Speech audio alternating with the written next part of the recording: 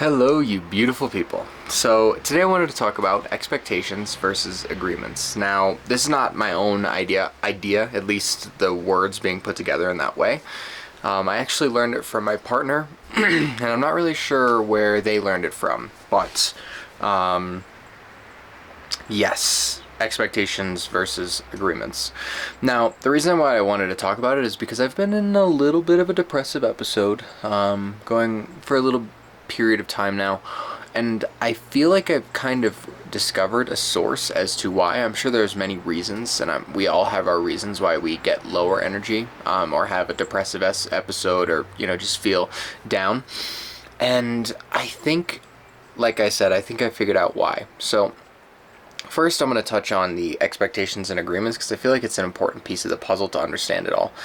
So what is the difference between an expectation and an agreement? So an agreement is basically a verbal contract between two people. So like, if you bring me 10 loaves of bread, I will pay you $10, let's just say. And I agree to do that every Monday. That's an agreement. So every Monday, both parties are expecting to show up to a place, bring $10 or bread, and leave it with the opposite thing, $10 or bread. And that's an agreement. Now, in a more like day-to-day, it's things that you agree to that you can be held responsible for. It's like telling your partner that you're going to wash the dishes, or like telling yourself that you're going to do your work proposal or do your homework before a week before the due date because you have a bunch of extra time, and not doing that. That's an agreement. Now, an expectation is something that we put on ourselves or others, or the world in general, that was not agreed to by anyone and is just created by our own belief system of what should happen. Like, for example, I'm a customer and there is one last chocolate bar left, and it's not on the shelf, it's kind of put off to the side, but I can see it and I can see that I could buy it, and me expecting that that bar hasn't already been claimed and that it is mine since it's still in the store. I feel like that's not the best example, or kind of going back to some of those everyday examples that I gave before, one person in a relationship just leaving a bunch of dishes and expecting the other person to clean it up, and then waking up and being upset the next morning, or being upset when they come home from work that it hasn't been done. Now, the big difference between expectations and agreements is, with agreements, you've created a verbal contract that has consequences. With expectations, you can't necessarily enforce your expectation on others. That's not fair. So why am I talking about this, and what does this have to do at all with what's going on with me and the revelation? I guess that's a really strong word, but revelation or epiphany is, I feel like, a little less strong. I like that one better, of what had happened to me.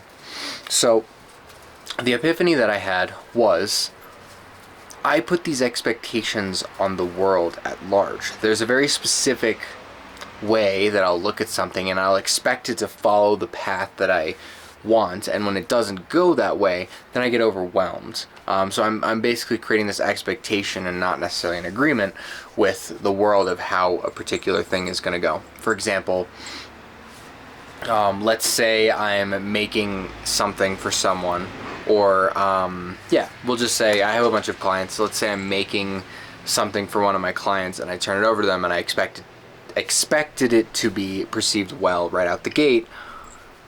Then it's not, and then I have to like relook at, well, okay, instead of me being like, okay, let me just jump tracks, it's very much like I had created this expectation for myself that this thing was completed already.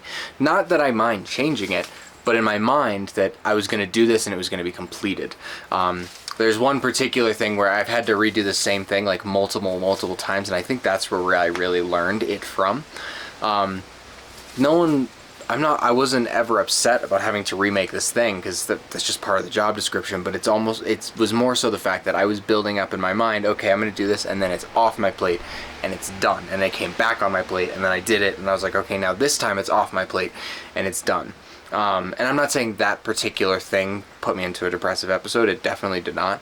But that's like an example of what it does. I do it on a much grander scale where, you know, I will put out this thing that I'm trying to sell, for example, and it doesn't go as well as I had expected.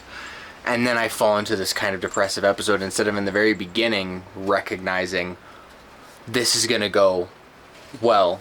So in some parts of my life, I set the bar too low so that when something good does happen that's slightly higher than that low bar, like I feel good about it. But in other parts of my life, I set the bar way too high, and then when it inevitably doesn't meet that bar because it's like not, the world's not perfect that way and everything's not going to go down that way, I start to feel that overwhelmed feeling. Then I kind of like turn in, and it's almost like I retreat to like recollect my thoughts and then go back out and make the same mistake again. I don't know if this is resonating with any of you guys. Like, do you feel that you do something similar where you'll build something up in your head, expect a certain outcome, and then when that outcome isn't delivered and it's clear that the outcome won't be delivered, then you get overwhelmed and either retreat or have your own method of dealing with it? It doesn't necessarily have to be a retreat. It could be frantically trying to force it to go that direction or whatever.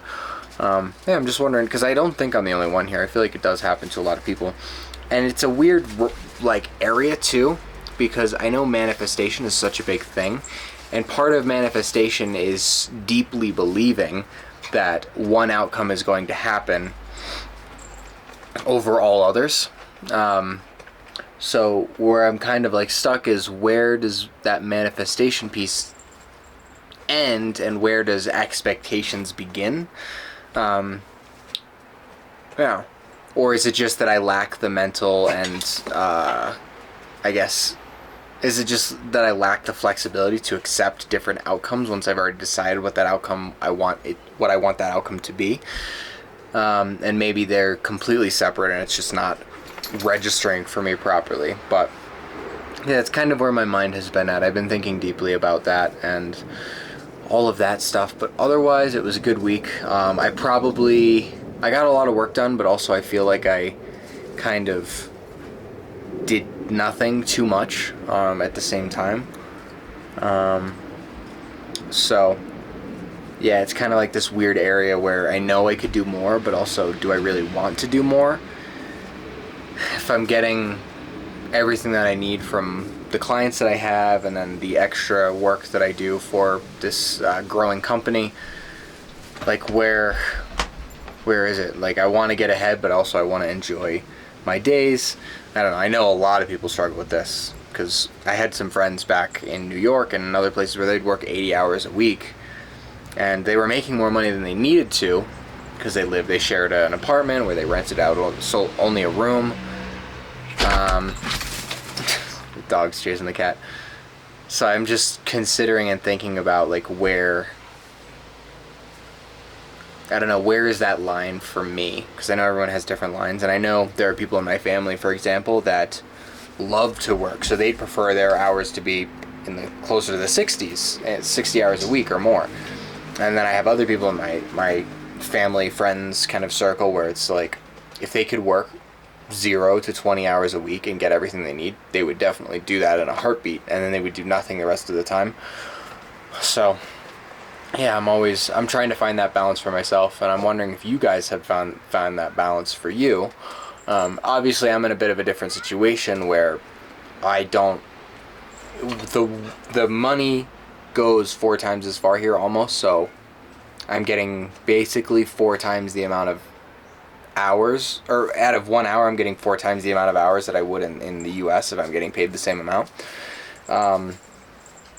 Doesn't necessarily mean things will cost money here, and especially with the 2 pets and stuff, especially more recently as they're growing and adjusting to the house, and the cat got pneumonia at one point, which I think I told you last week. She's healed as far as the vet is saying.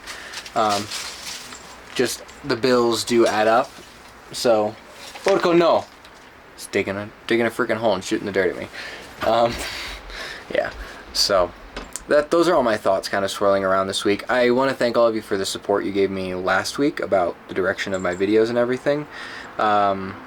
it really helped, really put things into perspective for me, and I really appreciate the thoughts. I actually need to go through and respond to those, and I will do so today or in the next upcoming few days, because I really want to go through all the comments I got on my videos. Other than that, I appreciate you guys growing with me, listening to me, your thoughts, your energy, your time, everything, and I look forward to seeing you soon.